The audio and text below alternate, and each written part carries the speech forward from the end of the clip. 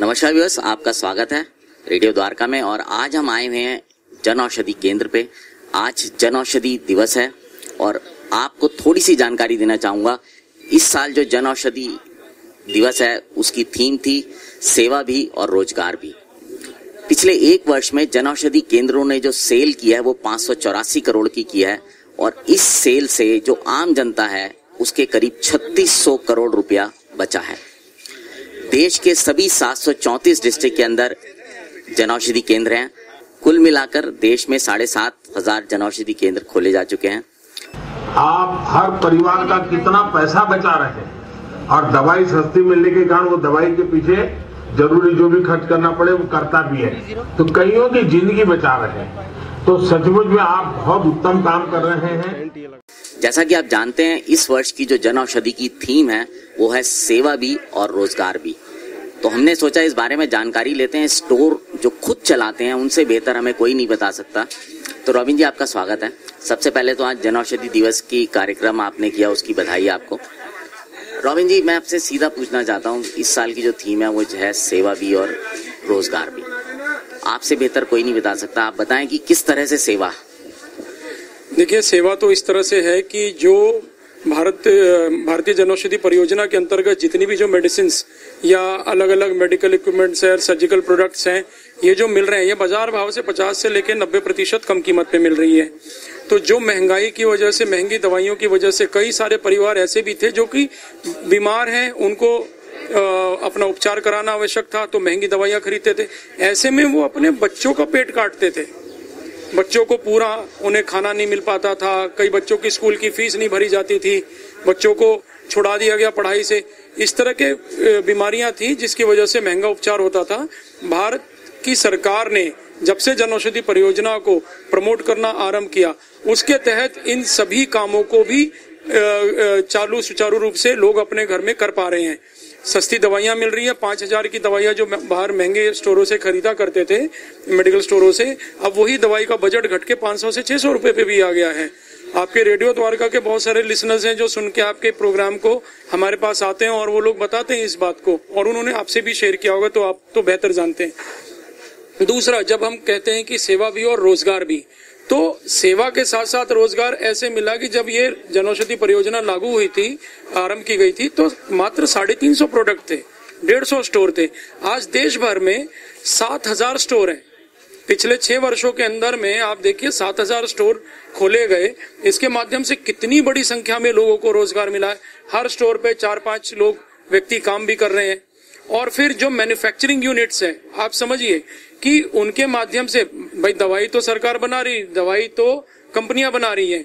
अब भारत सरकार टेंडर कर रही है, उनकी दवाइयां यहाँ पर प्रोक्योर की जाती है और फिर लोगों तक डिस्ट्रीब्यूट होता है। इतना बड़ा डिस्ट्रीब्यूशन नेटवर्क, मैन्युफैक्चरिंग नेटवर्क, इतने सारे लोगों को दवाइयां के माध्यम से रोजगार मिल रहा है। तो ये जनऔषधि जो है, सेवा भी और रोजगार भी, जो ये इस बार का जो हमारा थीम था, वो इस तरह से आके पूरा होता है।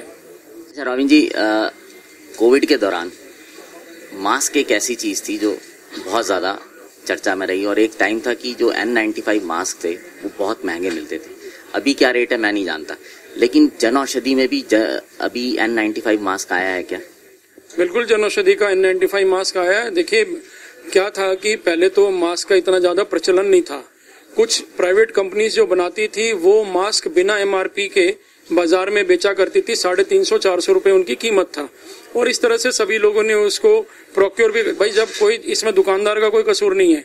अगर कोई चीज वो 350 में खरीदेगा तो आगे अपना मार्जिन रख के 10%, 5% मार्जिन रख के बेचेगा, तो लोगों को लगता था कि ये दुकानदार लूट रहा है। लेकिन वास्तव में ये मैन्युफैक्चरिंग कंपनियों की तरफ से कमी थी।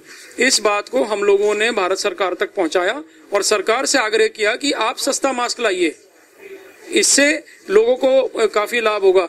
तो भारत सरकार का जो जनऔषधि परियोजना के अंतर्गत ये N95 मास्क लॉन्च हुआ और ये सिर्फ 25 रुपए का मास्क है। बेहतरीन क्वालिटी, 25 रुपए का मास्क।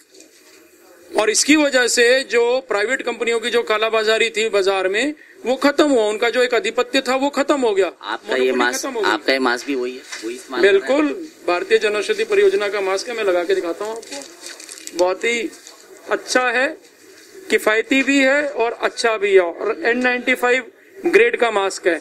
जो आपको पॉल्यूशन से भी बचाएगा, कोरोना से भी बचाएगा और हर तरह के वायरस से प्रोटेक्ट करता है जो एयरबोर्न वायरस है। बहुत बहुत धन्यवाद रॉबिन जी। आपसे हम समय समय पर जानकारी लेते रहते हैं और आने वाले समय में भी उम्मीद करेंगे कि जो जन औषधि में नई चीजें आए, नई दवाइयाँ आए या ऐसी चीजें जिससे कि आम जनता को फायदा हो, आप प्लीज हमारे से बताएं, हम लोगों को उसको बताना चाहिए। मैं एक प्रोडक्ट दिखाना चाहूंगा, अलाउ मी। ये जन औषधि पोषण मॉल्ट बेस्ड प्रोटीन सप्लीमेंट है, बहुत अच्छा प्रोडक्ट है और बाजार भाव से बहुत कम दामों पे मिलता है। ये मात्र 180 रुपए में है। बाजार में इसी तरह का प्रोडक्ट 300 साढ़े 300 का मिलता है।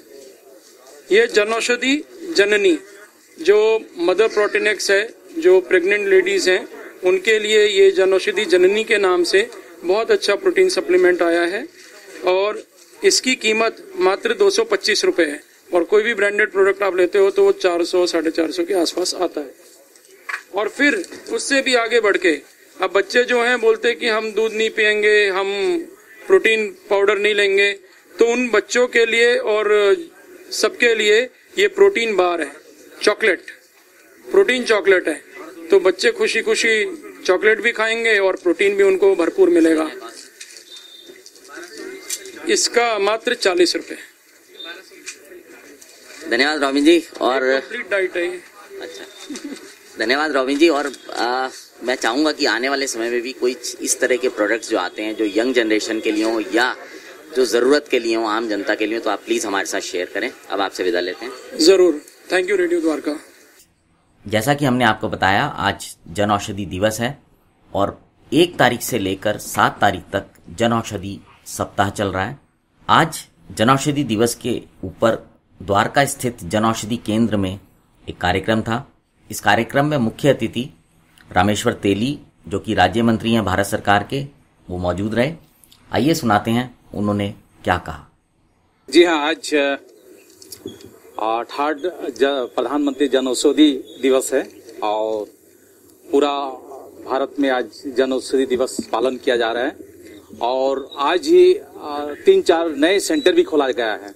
जैसे प्रधानमंत्री जी ने आज वीडियो कॉन्फ्रेंसिंग के द्वारा वो सेंटर का उद्घाटन किया और मैं भी आज इस प्रोग्राम में उपस्थित था और आप लोगों को बताना चाहता हूं कि अब तक हम लोग पूरा नॉर्थ इंडिया में 7,500 हम लोग अब सेंटर खोले हुए हैं और इस जन औषधि केंद्र के द्वारा हमारे जो गरीब लोग हैं उनको फायदा हो रही है, क्योंकि यहाँ करीब 80-90% कम रेट में दवाई मिलती है और भारत के प्रधानमंत्री कहते हैं कि दवाई के बिना कोई भगवान का प्यारा ना हो और इसीलिए हर एक डिस्ट्रिक्ट में जन औषधि केंद्र खोलने की सरकार तरफ से प्रयास किया गया है और अभी तक हम लोग 7,500 औषधि केंद्र खुले हैं और आशा रखते हैं आने वाले दिन में और बहुत से हम लोग जन औषधि केंद्र खोलेंगे जो हमारी गरीब जो लोग हैं इससे फायदा उठा सके।